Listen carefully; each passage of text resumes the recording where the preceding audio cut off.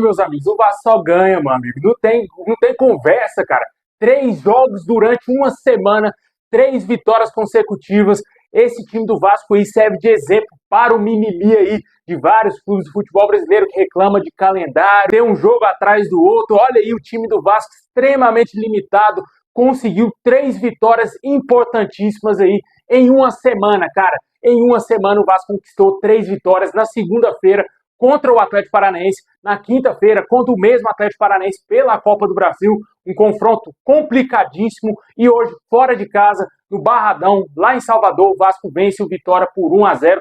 Diga-se de passagem, como diz o Neto, desses 3 resultados, 2 jogos foram de viradas, 2 vitórias de viradas, onde o Vasco teve que suar a camisa, teve que jogar muita bola para conquistar essas vitórias, e o trabalho do Rafael Paiva, palmas, cara, tem que ser muito elogiado mesmo, porque ele tá fazendo a rapaziada jogar bola.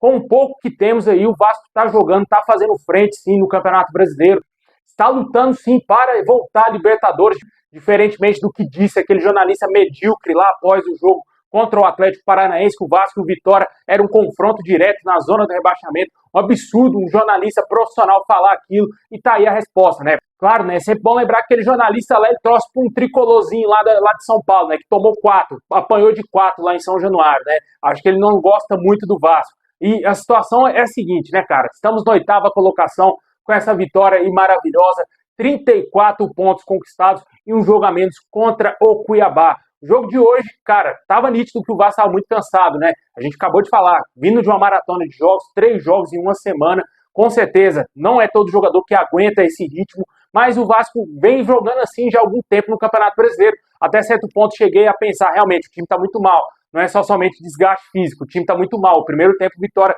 dominou o jogo, né? Fez muita coisa, né? Fez muito ali para tentar buscar o placar. O Léo Jardim foi um monstro, monstruoso, disparado, o melhor goleiro do futebol brasileiro. É uma vergonha esse cara não ser goleiro da seleção brasileira. Sempre bom exaltar aqui o Léo Jardim, cara. Ele joga num time gigantesco que é o Vasco, mas pro nível europeu, ele jogaria em qualquer clube do mundo, cara, pra falar a verdade.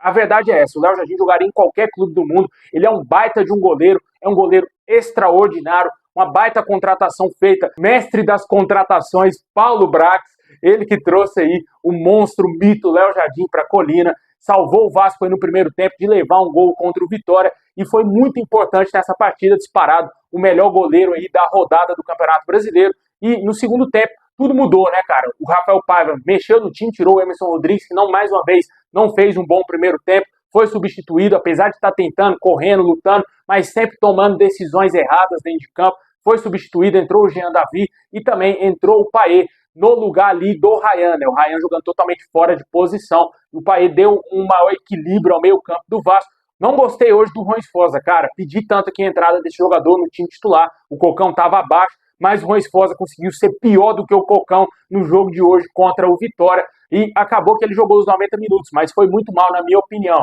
E o Paê entrou no segundo tempo, fez um melhor jogo do que foi aquela partida de quinta-feira contra o Atlético Paranaense, e saiu o primeiro gol aí, como profissional do João Vitor, né? Assistência belíssima do Paê, cobrança de escanteio na medida, e aquela cabeçada indefensável do João Vitor, dando uma vitória para o Vasco, 3 pontos preciosíssimos para o Vasco aí no Campeonato Brasileiro. Com certeza temos muito caminho pela frente, mas o torcedor está começando a ficar muito esperançoso que realmente vai dar para lutar por tudo aí, tanto aí vaga na Libertadores via Campeonato Brasileiro e também título da Copa do Brasil, o que nos daria uma vaga direta à fase de grupos da Libertadores também, né? Além de muita grana que o ganhador da Copa do Brasil desembolsa, né?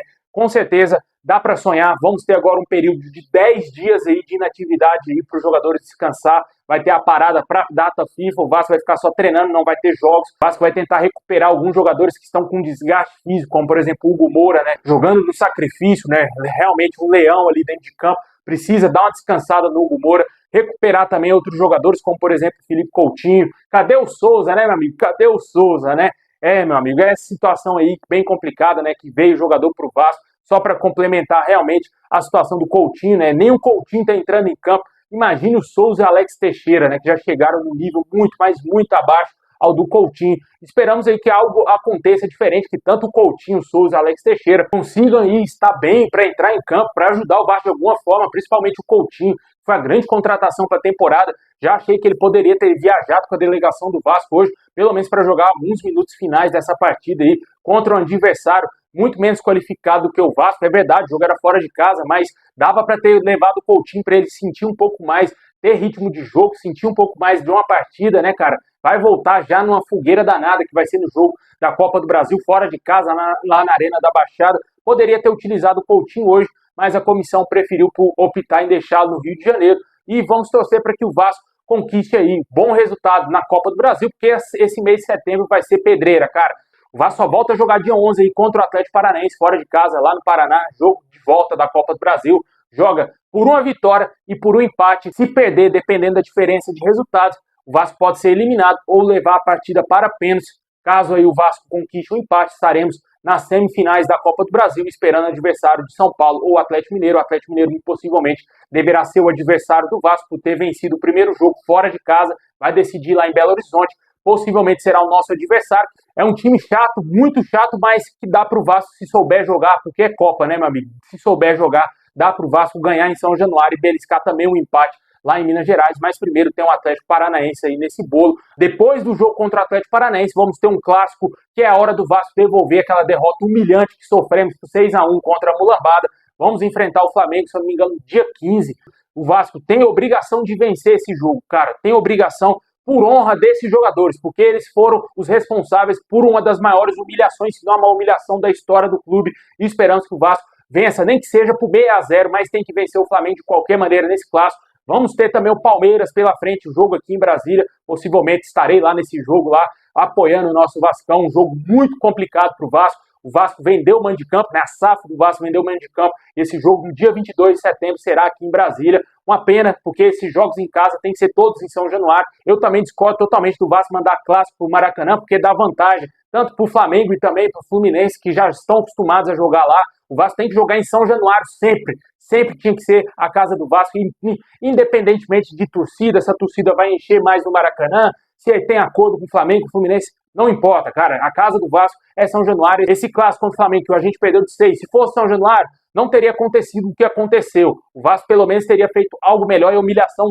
não teria sido tão grande como foi. Infelizmente, o Vasco vacilou, deu vantagem ao adversário. Infelizmente, o Vasco vai ter que jogar de novo no Maracanã, no campo adversário. E além disso, vamos ter o Palmeiras jogando fora de casa aí praticamente, apesar do mando ser do Vasco, mas o jogo será aqui em Brasília, um gramado que os jogadores não estão acostumados, né? Deixa nos comentários o que você achou do jogo de hoje aí, essa vitória do Vascão por 1-0 contra o Vitória. E, meu amigo, a janela de transferência se encerra amanhã e o Vasco está encaminhando aí contratações, né? Vamos falar agora desse assunto. O Vasco está muito perto de oficializar a contratação aí do atacante suíço Maxime Domingues. Esse jogador será reforço do Vasco, já é aguardado amanhã para realizar exames e finalizar o seu contrato com o Vasco. De acordo com o Globoesporte.com, o Vasco vai desembolsar cerca de 2 milhões de euros para contratar o jogador meio-campista aí, camisa 8, que estava no Gil Vicente, lá de Portugal, jogador suíço de 28 anos. Tem passagem, como eu disse, pelo Gil Vicente, lá de Portugal, futebol da Polônia e também na Suíça. E agora será novo reforço do Vasco, um jogador meio-campista canhoto,